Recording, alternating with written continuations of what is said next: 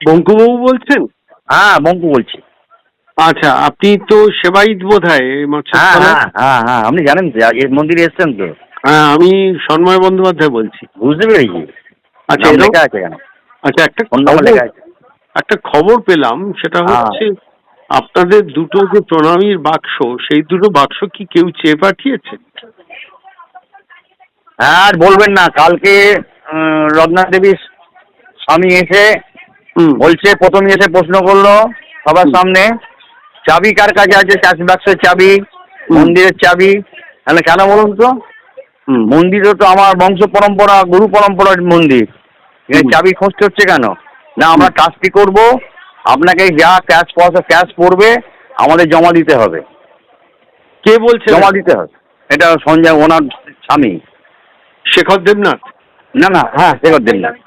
আচ্ছা, তারপর? আমি বললাম যে দেখুন, আমরা এত সারা জীবন সারা বছর খেটে, হ্যাঁ, খরচা করে ঠাকুরকে সাজানো গোজানো সব কিছু করে এখন আপনার তাদের ক্যাশ ফেরত দেবো যে, এটা কি করে বলছেন?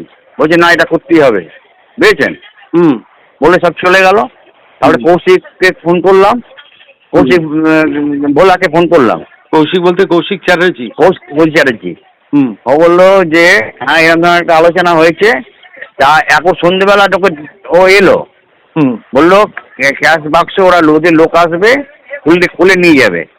তা আমি বললাম যে ঠিক আছে, যদি সবই যদি নিয়ে যায় পয়সা করি, তাহলে এখানে চিড়ে মুরগি ফল এসব পড়েছে, তাহলে এগুলো নিয়ে যেতে হবে। হুম। নিলে সবটাই নিতে হবে, একটুখানি রাখলে তো হবে না। যদি নেন সবটাই নেবেন। হুম। আর আমার মন্দিরে যদি আপনারা যদি ট্রাস্টি করেন বা করেন, আমার তো মন্দিরে তো আলাদা আগে তুলে দিতে হবে। তুলে দিয়ে আপনারা যা করার করবেন। মন্দিরে আমি ছাড়তে পারবো না। হুম। মন্দির তো আমার বংশ পরম্পরা, গুরু পরম্পরার মন্দির আমার। মন্দিরের ভেতরে প্রণামী বাক্স কে নিয়ে যাচ্ছে? সব প্রণামী, খালি প্রণামী বাক্স না, বাইরে যত বাক্স আমার বসানো আছে সব নিয়ে যাবে। মানে দণ্ড মহোৎসব তলায় প্রণামী বাক্স সব নিয়ে যাবে? নিতে এসেছিল কি? নিচে আসবে। আপনারা বলবেন তাহলে লিখিত ভাবে দিতে হবে। আপনারা যদি দেন, আমি আপনার কাছে বলছি, কে নিয়ে যাচ্ছে কি নিয়ে যাচ্ছে তার দায়িত্ব নিতে হবে কারুর নামে।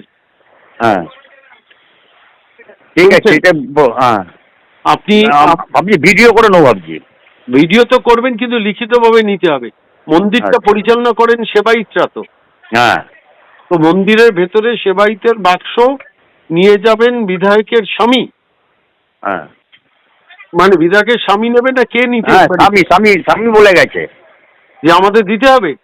সব নিয়ে যাবো আমরা, এবং ওনার বাড়িতে গোনা হবে, সেখানে আমাকে থাকতে হবে। আমার সামনে গুনবে। আমি কেন যাবো? আমি সারাদিন পরিশ্রম করে আবার আপনার ওখানে বাড়িতে যাবো গুনতে, তখন আপনি থাকবেন না থাকবেন ওটা আপনারা নিজেরাই গুনে নেবেন কি আছে না আছে। এই অভিজ্ঞতা কি মানে কোনোদিন হয়েছিল আপনার জীবনে কোনদিন হয়নি। এত বছর এত পার্টি গেছে, এত হয়েছে। হ্যাঁ, সিপিএম ছিল 34 বছর, তৃণমূল ছিল 15 বছর, তার আগে বিজেপি গেছে, তারপরে কংগ্রেস গেছে। এই মন্দিরটা কাদের মন্দির? এই মন্দিরটা হচ্ছে আমাদের গুরু পরম্পরা। আমার মামা এটা করতেন, মামাই এইগুলো সব করেছেন। আচ্ছা। হরেন্দ্রনাথ মুখোপাধ্যায়। আচ্ছা। মামাই সব ওইগুলো। মন্দিরটা ওই গাছতলায় যে মন্দির তো, মৎস্যব তলায়? হ্যাঁ, হ্যাঁ, যেখানে বসেছিলেন আপনি, ঘরে হয়েছিলেন এই ঘরে, ওইটা ছোট্ট ঘর। আপনি কিন্তু পরিষ্কার ভাবে বলবেন যে লিখিত ভাবে চিনি নিন, লিখিত ভাবে দায়িত্ব নিয়ে নিতে হবে, লোকাল নয়। মানে যার নির্দেশে, যদি বিধায়ক হয় বিধায়কের লিখিত নির্দেশ চাই। হ্যাঁ, উনি কি বলেছেন যে বিধায়কের স্বামী যে বিধায়কের নির্দেশ এটা? হ্যাঁ, বিধায়কের স্বামী বলেছে। বিধায়কের স্বামীর নির্দেশ যে মন্দিরের প্রণামী বাক্স তার বাড়িতে নিয়ে যাবেন, তাই তো? হ্যাঁ, হ্যাঁ, সব যতগুলো বাক্স আছে। আচ্ছা, এটা তো বছরের পর বছর পুরোহিত যারা সেবায়িত তারাই পান। সেটা উনি কি করছে জানি না, কি ভক্ত ওরা। হ্যাঁ, উনি ট্রাস্টি করবেন বলে, আমরা ট্রাস্টি করলে আগে ট্রাস্টি করুন না, অসুবিধা কিছু নেই। আগে ট্রাস্টিটা করুন, অফিসিয়াল ট্রাস্টি হন। প্রণামীর বাক্স পুজোর বছরের পর বছর সেবায়িতরা নিতেন, ঠিক আছে। তিনি বলবেন যে ট্রাস্টি হবে, ট্রাস্টির কাছে ব্যাপারটা থাকবে, কিন্তু ট্রাস্টিটা হয়ে হোক, এ কি অসভ্যতা! এই ধরনের কথাবার্তা, কথাটা বলার কায়দাটাই আলাদা। আপনাকে মানে রত্না দেবনাথের স্বামী হ্যাঁ তিনি তিনি এটা বলেছেন, তাই তো? হ্যাঁ হ্যাঁ হ্যাঁ শেখর দেবনাথ কখন বলেছেন এটা? দেবনাথ। কখন এটা বলেছেন? গতকাল ঠিক বিকেলের দিকে। বিকেলের দিকে। পুরসভার সন্ধ্যের কোনো দিকে। নির্দেশ আছে? হ্যাঁ। বলছি পুরসভার কোনো নির্দেশ আছে আপনাকে দিয়েছে লিখিতভাবে? না না, কোনো কিছু দেয়নি। আচ্ছা, এবার আপনার মানে কৌশিক চ্যাটার্জি, যার ডাকনাম ভোলা, হ্যাঁ তাকে আপনি ফোন করেছিলেন, যিনি প্রাক্তন কাউন্সিলর ছিলেন। হ্যাঁ হ্যাঁ। তিনি কি বলেছেন? তিনি বলেছেন এটা ওদের এটা নিয়ে যাবে সব, বলা বলি হয়েছে, আমি এতে রাজি নই। ও বলছে আমি এতে রাজি নই, মানে কাজটি না হয়। হ্যাঁ, কৌশিক বলছে আমি এতে রাজি নই। কৌশিক চ্যাটার্জি বলেছেন আমি এতে রাজি নই, তাই তো? না। হ্যাঁ। তো তাহলে তিনি তাহলে তিনি এর ব্যাপারে এই দণ্ড মহোৎসবে তো তিনি ইনভলভ, তা তিনি বলছেন না কেন হ্যাঁ যেটা ঠিক নয়? হ্যাঁ বলেছেন, ওনার কথা শুনছে না। এর সঙ্গে কে কে আছেন? শেখর দেবনাথের সঙ্গে আর কে কে আছেন? শিক্ষক দিবসের সঙ্গে যেমন চালাচ্ছে এমন ঘোরে।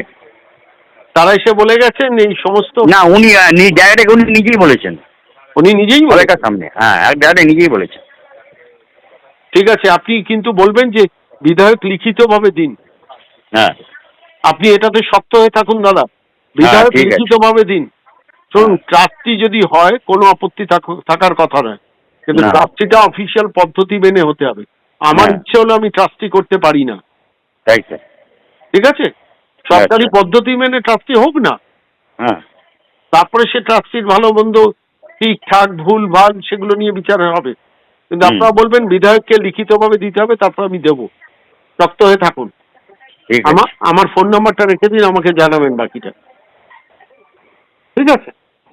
আচ্ছা আচ্ছা, ঠিক আছে ঠিক আছে।